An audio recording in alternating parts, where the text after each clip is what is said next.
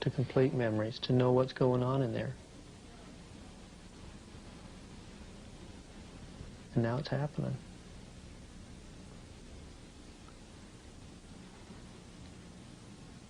It feels real close.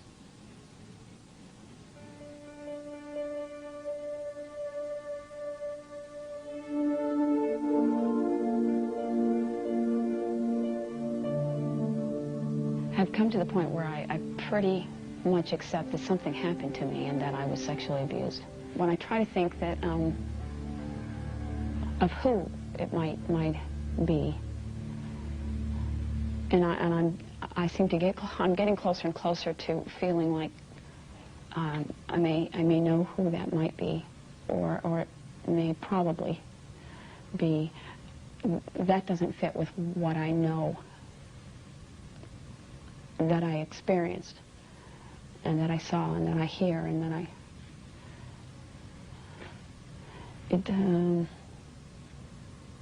everything fits, but it doesn't fit.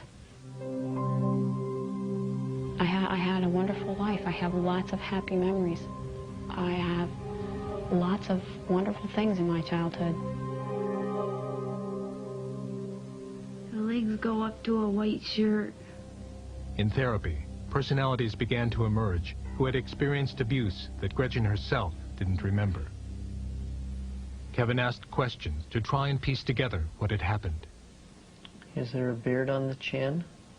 No. No beard? A personality who was a frightened child remembers the approach of someone who hurt her.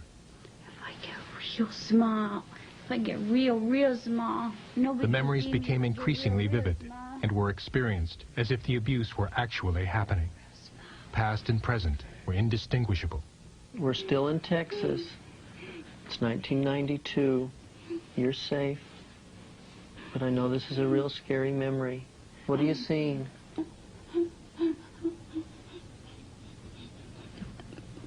Big hands. Big hands? What's happening with the big hands?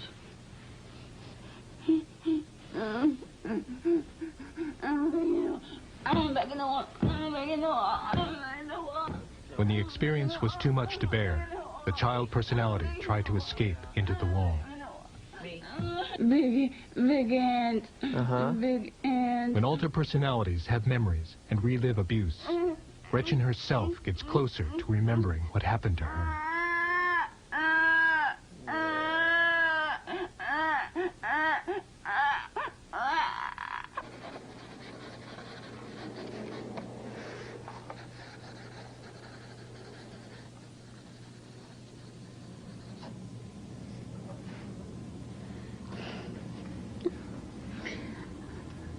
Who's here?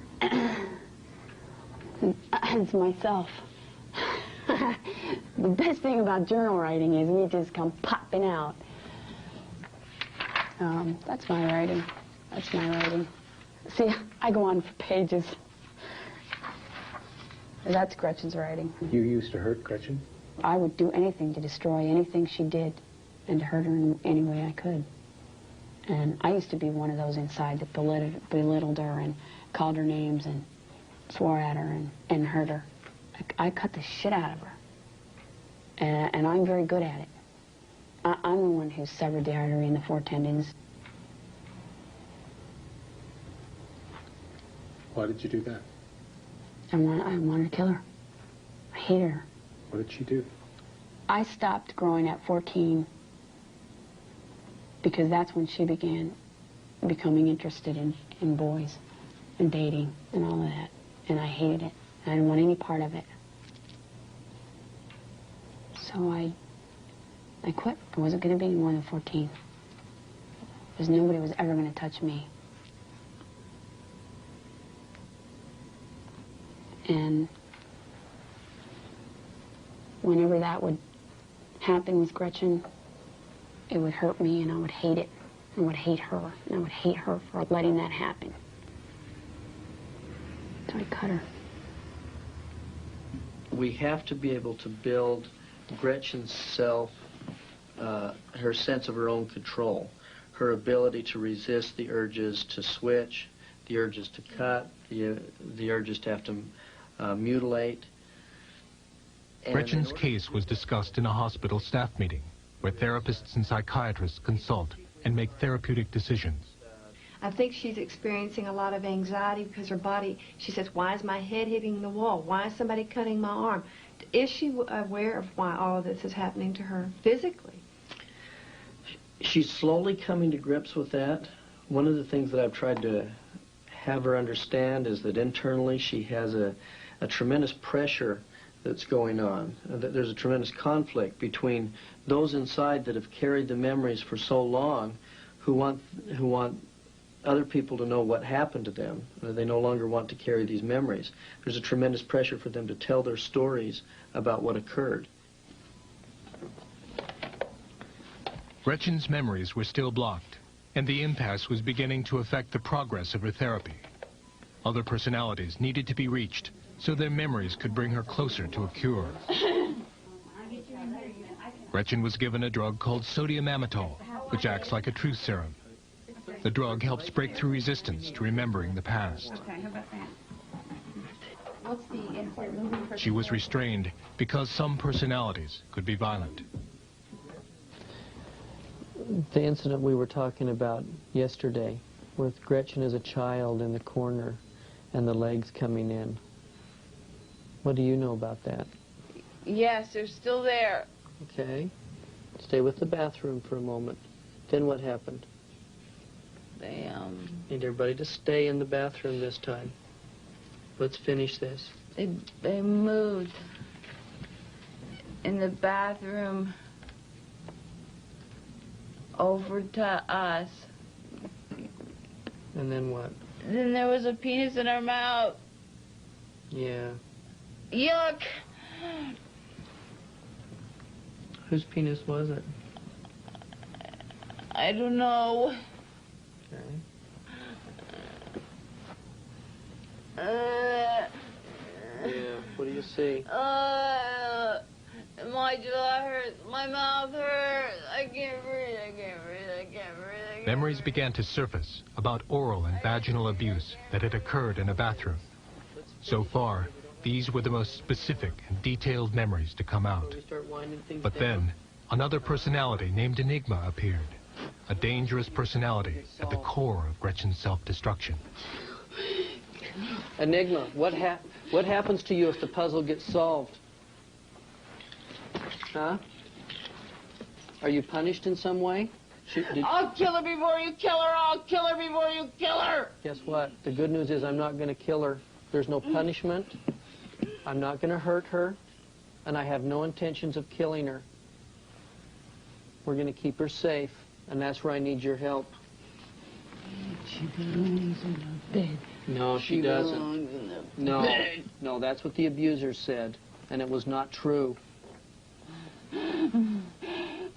Enigma's job is to kill the body should these memories come out. And you hear halfway through the interview her saying, I'll kill her before you do. Makes me wonder if there was some kind of threat that says if you ever talk, we'll kill you. And this is kind of what I look like. That's about how old I am, that picture. She looks pretty happy. And on Gretchen was exhausted after therapy, so an untroubled child personality emerged. it's the picture I cut out. How old are you? I'm 8. We haven't had a very good couple of days. Everything's been, everyone's been up in arms. Yeah, what's been going on? Well, I don't know all of the details, but there's been a lot of people that are upset and hurting inside, and hurting stomachs and hurting throats, and the worst part is hurting hearts. Sometimes our hearts, we have hurting hearts. But I try to just help out. Plus, I get to have some fun myself. If I'm out, I get to do something. I don't always have to work.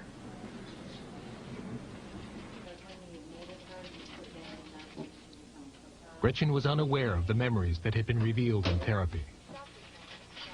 The next step was for her to learn about the abuse that had always been too painful to remember. She doesn't understand that it was small. Do you understand that? Tell him. Still thinking maybe. As we walk through this, What of the others? pay attention to this, but also be aware of what's going on inside you, okay? Oh, man. Don't ask too much of me, Kevin. One of the others that also hurt. One that Gretchen doesn't understand is why the body wasn't able to fight more back then.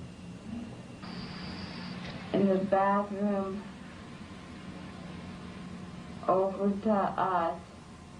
Kevin asked Gretchen to watch videotape of the therapy so she would know what her other personalities had remembered. The hands. But when Gretchen began to hear details of her abuse, her mind began to block the experience. This is how Gretchen protected herself when she was a child. And then what? Then there was a penis in her mouth. Yeah. Oh. Stay in the bathroom.